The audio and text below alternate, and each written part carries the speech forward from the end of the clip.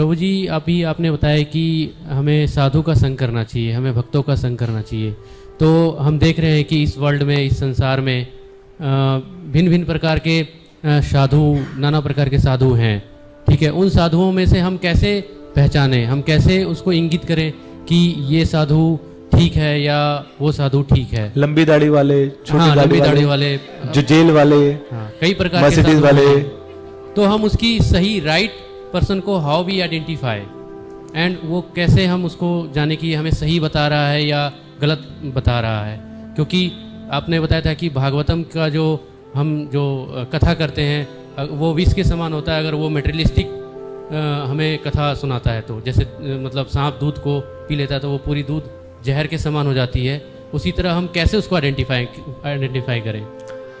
तो भगवान तो बोलते हैं आचार्य माम विजानियात, जो आचार्य है, जो गुरु है, उसको मेरे जैसा मानो।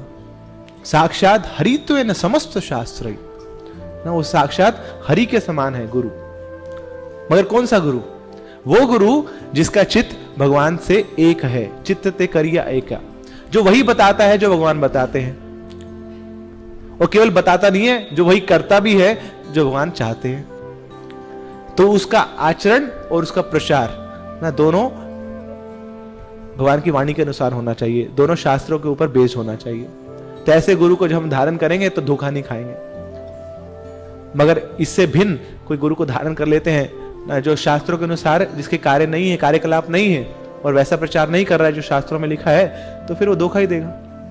प्रभुपाद जी बोलते हैं संसार में बहुत सारे धोखेबाज हैं, मगर इसकी गलती, इसका जो ब्लेम है उन धोखेबाजों पे नहीं जाता है, इसका ब्लेम जाता है हम लोगों पे। We want to be cheated, that's why cheaters are there. जिसकी डिमांड होगी इसकी सप्लाई होगी। तो हम लोग धोखा खाना चाहते हैं तो धोखेबाज आ जाते हैं। हम सस्ती चीज चाहते हैं तो फिर सस्ते लोग आ जाते हैं। बट भक्ति इज नॉट लाइट, भक्ति इज वेरी हैवी। इसलिए जो गुरु शब्द है, गुरु का शब्द का मतलब भी यही है। गुरु मीन्स हैवी, जो बड़ा भारी पड़ता है हमारी इच्छाओं पे, हमारे अहंकार पे, बहुत हैवी पड़ता है, बहुत भारी पड़ता है। इसलिए हर व्यक्ति गुरु को स्वीकार भी नहीं कर पाता है। कुछ लोग बोल देते हैं ना कि बोले हमारे गुरु जी हैं। बोले अच्छा कहाँ वाले गुरु जी? बोले कौन से वाले बताएं ना, 4 गुरु जी हमारे हैं। जैसे लोग पेंट कमीज टांग के रखते हैं ना अपने शेल्फ्स पे, तो ऐसे ही बोले 4 गुरु जी हैं। तो केवल दिखावे के लिए गुरु धारण किए हुए।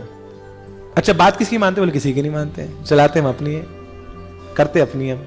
तो जो करे मन की वो बने मन की। तो ऐसे ही ये जो मन है हमें बंदर बना के रखता है। तो मन की इच्छाओं को पूरा करते करते ही हमें सच्चे गुरु को प्राप्त नहीं कर पाते। तो जब तक हम ये सोचेंगे कि मेरी भी इच्छाएं पूरी हो जाएं और मुझे गुरु भी मिल जाए, तो दैट मीन्स हम गुरु नहीं चाहते, हम चेला चाहते हैं। गुरु के रूप में चेला चाहते हैं। नकली गुरु, ढोंगी चेला, दोनों का नक्र में ठेलम ठेला।